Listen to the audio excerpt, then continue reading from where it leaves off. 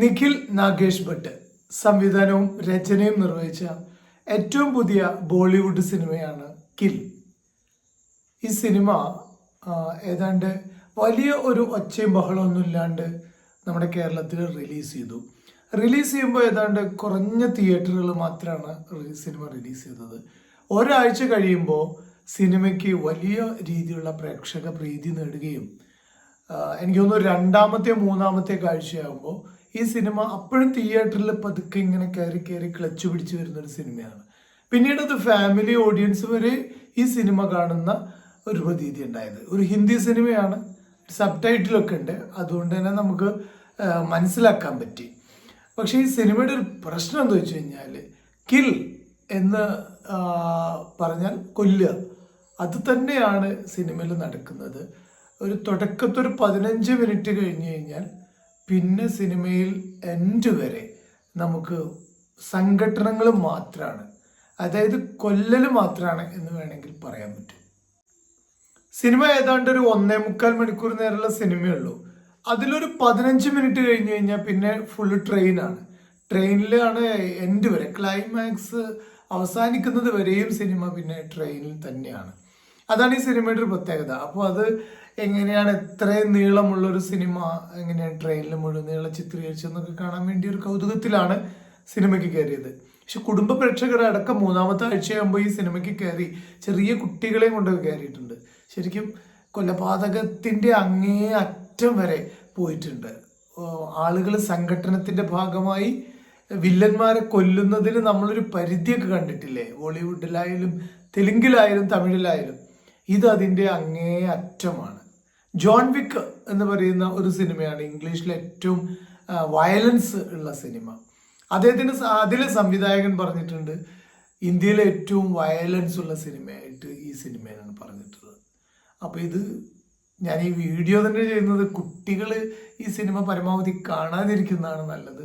ചെറിയ പ്രായത്തിലുള്ള കുട്ടികൾ ഇതിപ്പോൾ നെറ്റ്ഫ്ലിക്സിലോ അല്ലെങ്കിൽ OTTയിലൊക്കെ റിലീസ് വരുന്ന സമയത്ത് കുടുംബത്തിൻ്റെ എന്താ പറയുക പൂമുഖത്തിരുന്നു കൊണ്ട് നമുക്ക് ഇത്തരത്തിലുള്ള കൊലപാതക സിനിമകൾ കുട്ടികൾ ആസ്വദിക്കുന്ന ഒരവസ്ഥയിലേക്ക് വരുമെന്ന് തോന്നുന്നു.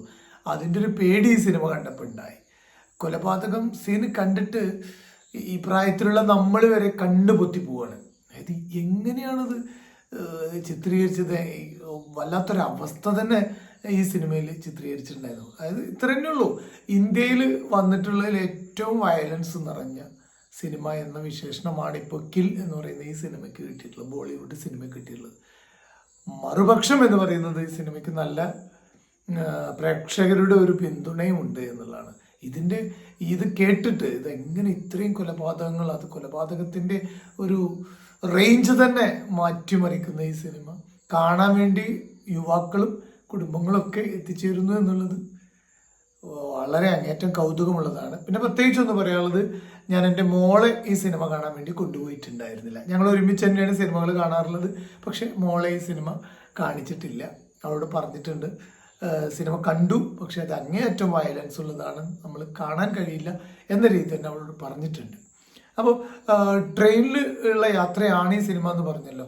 നായകനും നായികയും ട്രെയിനിൽ അവർ ഡൽഹിയിലേക്ക് പോകുന്ന വഴിക്ക് കുറച്ച് കവർച്ച സംഘങ്ങൾ ഈ ട്രെയിനിൽ കയറുകയും അവരെ നേരിടുന്ന ഒരു പട്ടാള ഓഫീസറായിട്ട് നമ്മുടെ നായകനും, അങ്ങനെ ഇവരെ ഈ നായികയെ സംരക്ഷിക്കാനും അവരുടെ കുടുംബത്തെ സംരക്ഷിക്കാനും കൂടെ ഉണ്ടായിരുന്ന സഹയാത്രികരെ സംരക്ഷിക്കാനൊക്കെ വേണ്ടിയിട്ടാണ് നായകനും അദ്ദേഹത്തിൻ്റെ ഒരു കൂട്ടുകാരനും കൂടെ ചാടിപ്പുറപ്പെടുന്നത്.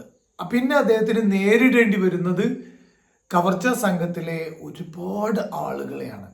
അതായത് ഒന്നാമത്തെ ബോഗി 2, 3, 4 ബോഗികളിലായിട്ട് നിറഞ്ഞു നിൽക്കുന്ന ഈ കവർച്ച സംഘത്തിനെ അദ്ദേഹത്തിൻ്റെ കൂട്ടുകാരനും ഒറ്റയ്ക്ക് നേരിടുകയും പിന്നെ കൊലപാതകത്തിൻ്റെ ഒരു തുടർക്കഥയും ചോരക്കളി തന്നെയാണ് ഈ സിനിമ.